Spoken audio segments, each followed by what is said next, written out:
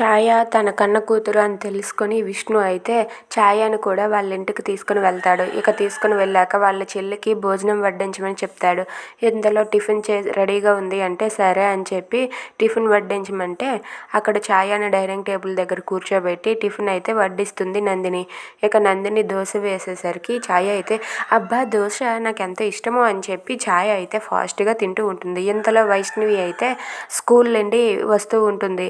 ఇక వాళ్ళ డాడీ వెళ్ళకపోవడంతో ఆటోలో తనే అలా వస్తూ ఉంటుంది. ఇంతలో ఛాయ అక్కడైతే నాకు దోశ ఎంత ఇష్టమో తెలుసా అని చెప్పి ఫాస్ట్గా తింటూ ఉంటుంది. అది చూసి నందిని వాళ్ళైతే చాలా హ్యాపీగా ఫీల్ అవుతారు.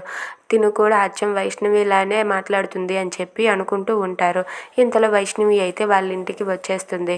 ఇక ఛాయ అయితే అలా తినడం చూసి నందిని వాళ్ళు చాలా హ్యాపీగా ఫీల్ అవుతూ ఉంటారు. చాలా మంచి పిల్లలా ఉంది అని చెప్పి అనుకుంటూ ఉంటారు.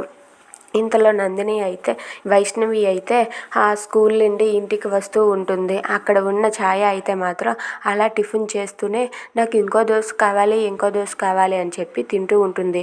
వైష్ణవి ఇంట్లోనికి వచ్చాక అలా డాడీ డాడీ అని చెప్పి వాళ్ళ డాడీతో మాట్లాడుతుంది. ఇంతలో అక్కడ ఉన్న ఛాయను చూసి ఏంటి ఈ అమ్మాయి అచ్చం నాలానే ఉంది, ఎవరి అమ్మాయి ఇక్కడ ఇంత దర్జాగా కూర్చొని టిఫిన్ చేస్తుంది ఏంటి, అసలు ఎవరి ఈ అమ్మాయి అని చెప్పి వైష్ణవి అయితే ఛాయ వైపు అలా చూస్తూ ఉండిపోతుంది. If you like this video please like, share and subscribe.